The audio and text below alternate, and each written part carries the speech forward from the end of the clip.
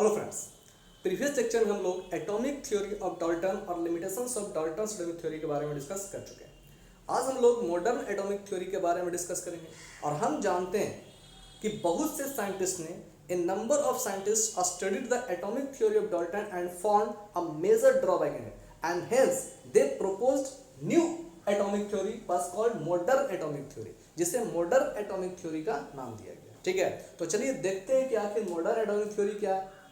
लेकिन इससे पहले हमें क्या करना है कि we have to refresh the atomic theory of Dalton in our mind, जिससे क्या होगा, हम मॉडर्न एटॉमिक थ्योरी को इजीली समझ सकेंगे। ठीक है, तो चलिए देखते हैं कि मॉडर्न एटॉमिक थ्योरी क्या है।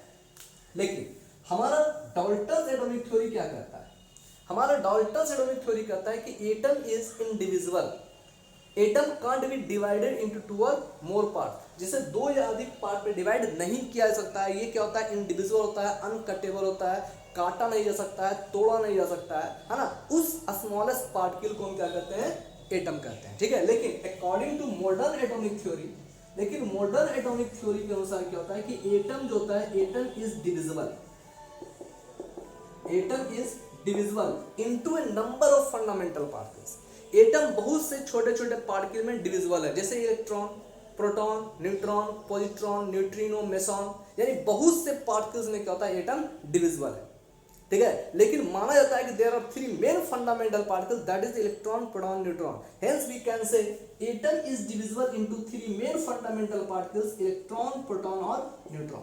तो अगर आपसे क्वेश्चन पूछा जा रहा है कि एटम किससे मिलकर बना हुआ है ना, तो हम कह सकते हैं कि it is made up of electron, proton और न्यूट्रॉन।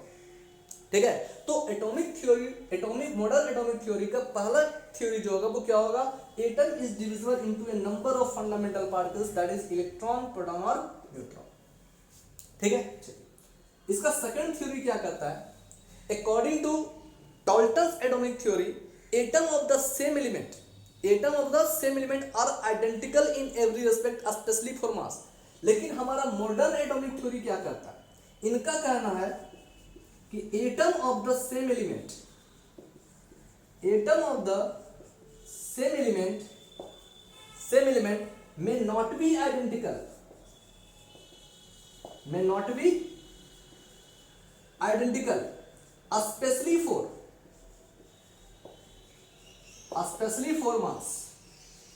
ठीक है, हमारा डाल्टन्स एटॉमिक थ्योरी क्या कहता है कि atom of the same element are identical in every respect specially for mass. लेकिन मॉडर्न एटॉमिक थ्योरी क्या कहता है? इनका कहना है कि atom of the same element में नॉट बी आइडेंटिकल, आइडेंटिकल नहीं भी हो सकता है, वो भी किस केस में? Specially for mass, specially for mass. ठीक है, it is the second theory of modern atomic theory. अब सोचिए, अब कह रहा है कि atom of the same element में नॉट बी आइडेंटिकल, तो जिस केस में, है ना, जिस केस में atom of the same element, जिस केस में atom of the same element में not be identical specially for mass, तो those atom of the same element, those atom of the same element are called isotopes to each other. उस atom को हम क्या कहते हैं? Isotopes to each other का नाम देते हैं। ठीक है, यानी कह रहे कि वैसा atom of the same element, same element का वैसा एटम, है ना, जो आइडेंटिकल नहीं हो स्पेशली फॉर मास, है ना, जो आइडेंटिकल नहीं होता है स्पेशली फॉर मास, उस एटम को हम क्या करते हैं? आइसोटोप्स टू ईच अदर का नाम देते हैं। ठीक है, उसे हम आइसोटोप का नाम देते हैं। ठीक है, जैसे आप एग्जांपल जानते हैं, कार्बन 12, कार्बन 14, कार्बन 12, कार्बन 14। ठीक है, यानी ये एटॉमिक नंबर सेम है इसका, लेकिन मास नंबर देखिए क्या है? डिफरेंट है। जबकि दोनों क्या है? दोनों एटम जो है वो सेम एलिमेंट्स का बना हुआ है। ठीक है, यानी दोनों जो एटम है वो सेम एलिमेंट का है। ठीक है, ये भी कार्बन का है, ये भी कार्बन का है, ये कार्बन 12 एटम है, ये कार्बन 14 एटम है। ठीक है, यानी दोनों कार्बन एलिमेंट ही है, कार्बन एलिमेंट ही है, लेकिन दोनों का एटम का मास जो है वो डिफरेंट है। जबकि एटॉमिक थ्योरी ऑफ डाल्टन क्या कहता है कि atom of the same element, है ना, atom of the same element are identical in every respect specially for mass. ठीक है, but according to modern atomic theory, atom of the same element may not be identical especially for mass, so those atom of the same element are not identical especially for mass, that is called isotopes, है ना। so we can say these are isotopes। ठीक है, और भी isotope के example है, hydrogen का 1 2 3, है ना, these are also isotopes to each other, ये सब आपस में भी आइसोटोप्स है। ठीक है ना। चलिए अब डॉल्टन्स एटॉमिक थ्योरी का नेक्स्ट थ्योरी क्या कहता है कि atoms of the different element है ना are not identical in every aspect, है ना। एटॉमिक थ्योरी ऑफ डाल्टन का नेक्स्ट थ्योरी क्या कहता है कि atom of the different element are not identical in every aspect specially for mass, but according to modern atomic theory, लेकिन modern atomic theory के अनुसार क्या कहता है कि atom of the different element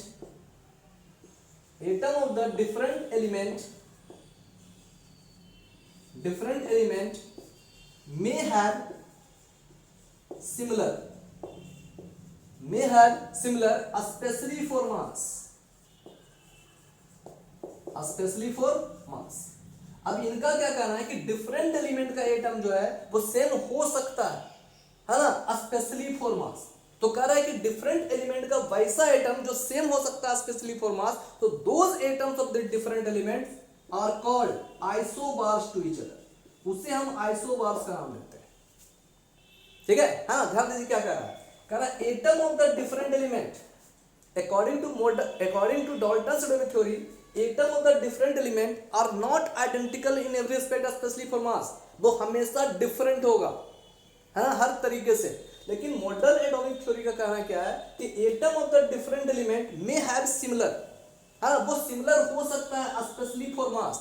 ठीक है, तो जिस केस में डिफरेंट एलिमेंट का एटम सिमिलर मास को शो करता है, तो उस एटम को हम क्या करते हैं, आइसोबार का नाम देते हैं। ठीक है, यानी different element, atoms of the different element having same mass. ठीक है, तो those atoms of the different element having same mass are called isobars to each other, उसे हम आइसोबार का नाम देते हैं। ठीक है, जैसे एग्जांपल देख लीजिए, पोटेशियम है, इसका एटॉमिक नंबर 19, मास नंबर क्या हो गया 40। कैल्शियम है 20, मास नंबर क्या हो गया 40। देखिए यहाँ पर दोनों का मास नंबर क्या है, सेम। ठीक है, लेकिन दोनों एलिमेंट जो है वो क्या है, डिफरेंट है। तो डिफरेंट एलिमेंट का एटम का मास क्या है, यहाँ पर सेम है, तो this atoms are called isobar to each other. तो ये आपस में क्या कहलाएगा, आइसोबार कहलाएगा। ठीक है, हाँ, तो it is the next theory of modern atomic theory. अब देखिए हमारा मॉडर्न एटॉमिक थ्योरी का नेक्स्ट स्टेटमेंट क्या कहता है। ठीक है, इसका नेक्स्ट स्टेटमेंट कहता है यहां पर कि एटम ऑफ एन एलिमेंट, ध्यान दीजिए क्या कह रहा है, atom of an element can change into the atom of other element. इनका क्या कहना है कि किसी एक एलिमेंट का एटम को हम दूसरे एलिमेंट के एटम में भी चेंज कर सकते हैं। ठीक है, it is the next theory of modern atomic theory. जैसे एग्जांपल देख लीजिए, कार्बन 12, अगर ये प्रोटॉन, ठीक है, ये प्रोटॉन क्या हाई मूविंग पार्टिकल है, तो जब कर रहे हैं यहाँ पर, जब हाई मूविंग पार्टिकल को जब इसके न्यूक्लियस पर स्ट्राइक करते हैं तो ये किसमें चेंज होता है, देखिए यहाँ पर नाइट्रोजन 7, 6 और 1 7 हो गया, ये क्या हो जाएगा 13।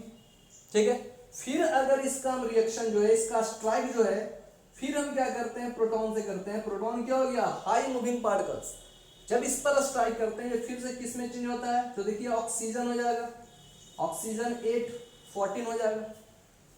ठीक है, ऑक्सीजन 8 और क्या हो जाएगा 14 हो जाएगा। ठीक, लेकिन जब इसको अगर हम फिर क्या करते हैं इस पर, ठीक है, गामा पार्टिकल्स का स्ट्राइक करते हैं, ठीक है, तब क्या होता है, ये टूटने के बाद क्या देता है, C6 14 हो जाएगा। ठीक है, अब प्लस क्या हो जाएगा, हीलियम 2 4।